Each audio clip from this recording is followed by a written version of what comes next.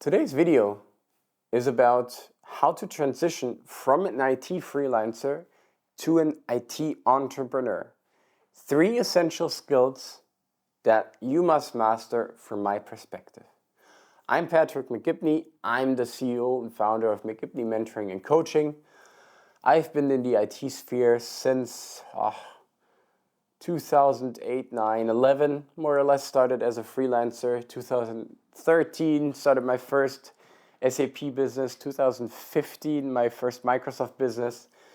Scaled them up to multiple 7 figures, 100 employees, and sold them a couple of years ago. And ever since, trying to help other businesses to scale and freelancers to transition to becoming an entrepreneur, to the way of becoming a business, and also employees even getting into freelancing.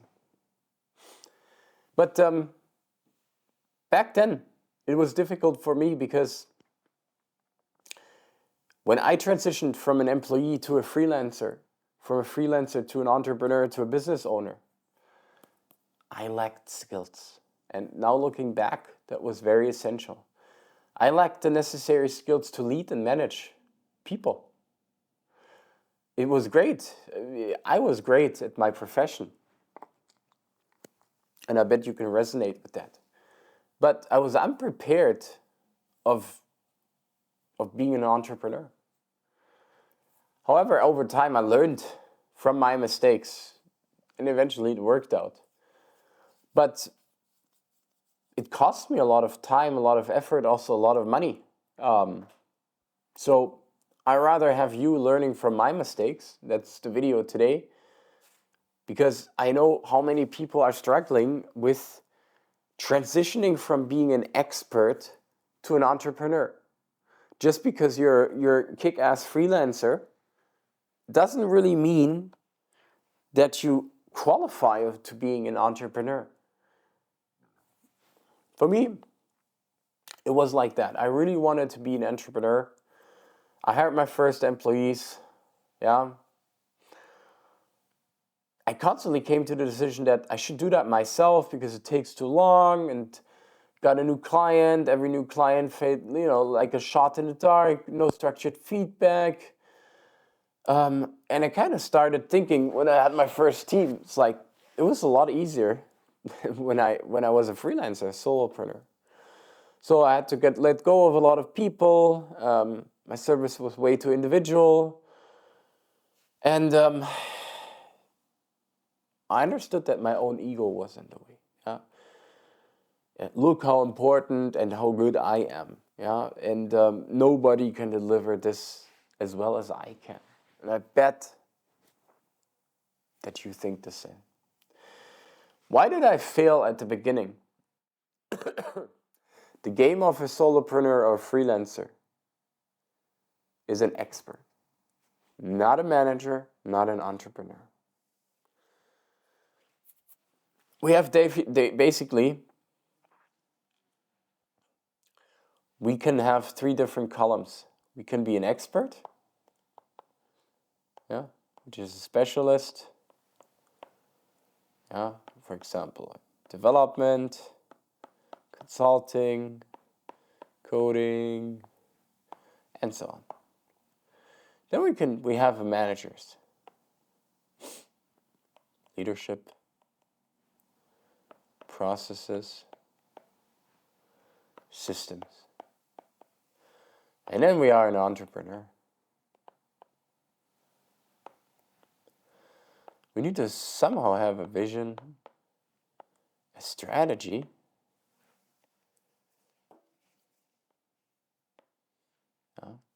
planning, controlling, and so on. Different ballgame, from here to there. Why do you think, or why do a lot of people think we can just jump this? Here, we are usually very good. Here, we lack experience. And it's not an insult, we just haven't collected that experience. Here, we usually give ourselves 10 from 10. But to be honest, at the beginning, I had a 1 from 10 here. And I felt exactly I could do that. It's easy. What is management? Management 101. Easy. Management.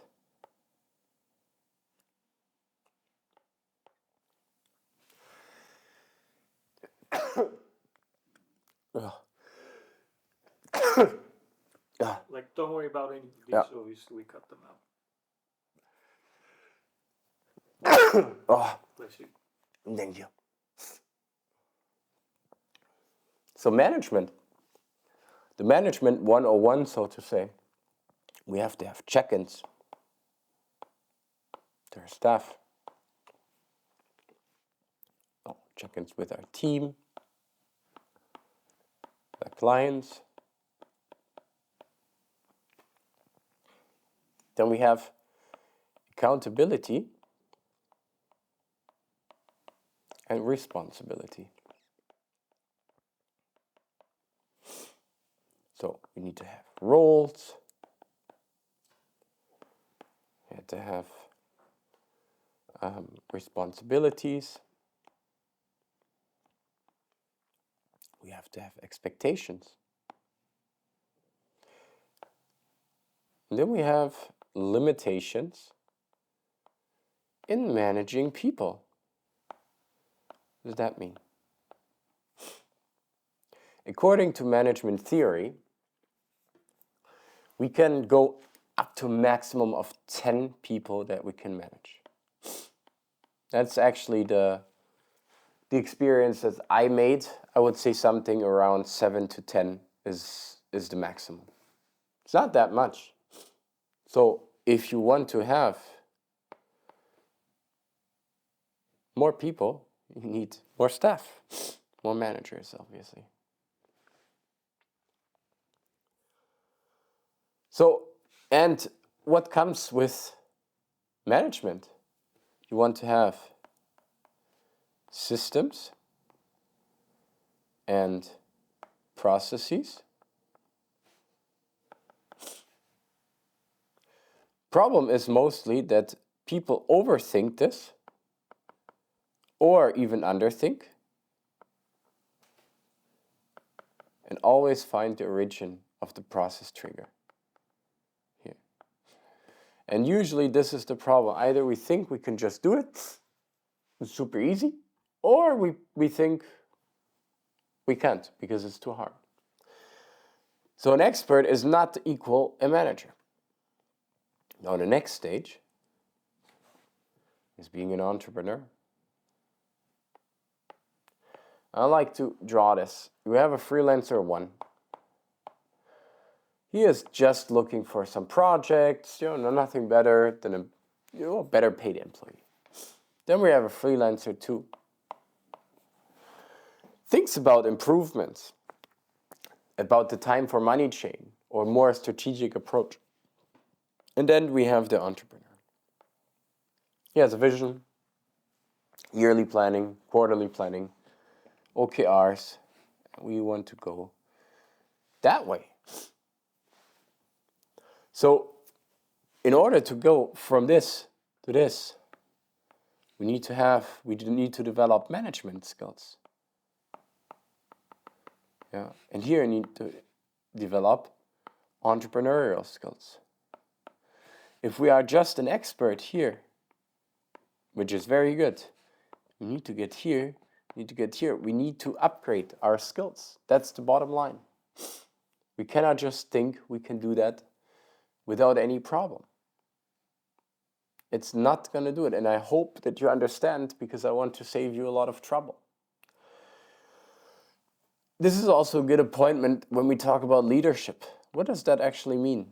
Because if you want to go to being an entrepreneur, you will have a team. Yeah, because if you're just alone, you're a solopreneur.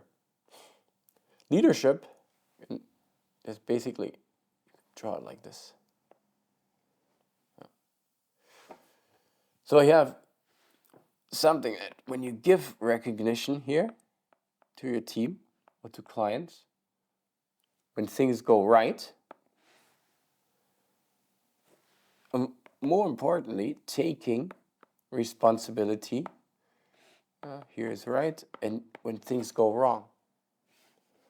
And there's a small synergy here that I like to call, this is how I define leadership.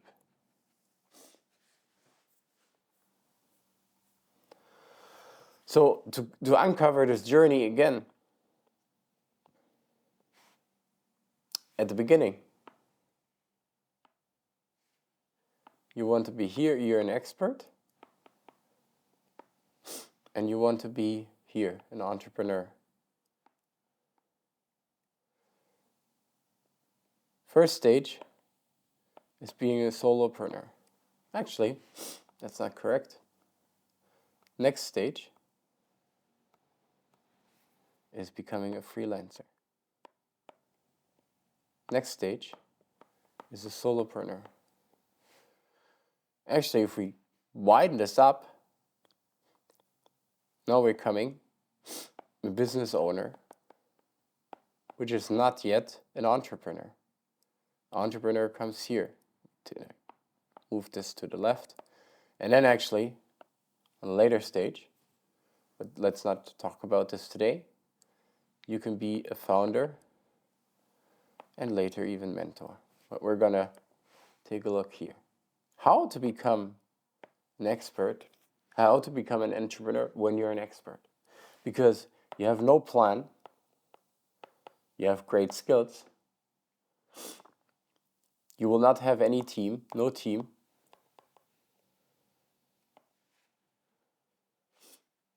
and you have basically not the right skills to get there.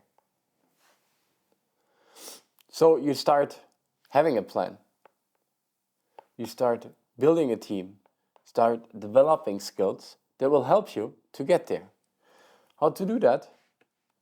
If we build a good matrix here, here's an employee, here's a manager. So it's all about getting these skills. Yeah. You have experience. You have experience. You are here currently. But you want to be here. How to do that? If you're not experienced as a manager and employee, yeah, that's going to be quite difficult. But you might be experienced as an employee or an expert and a manager. So it's about risk mitigation here. If you're not experienced as an employee but experienced as a manager, get coaching and training. And if you're both, well, go for it, because that's pretty good. So one of the most important things that we can take away from this is pretty simple.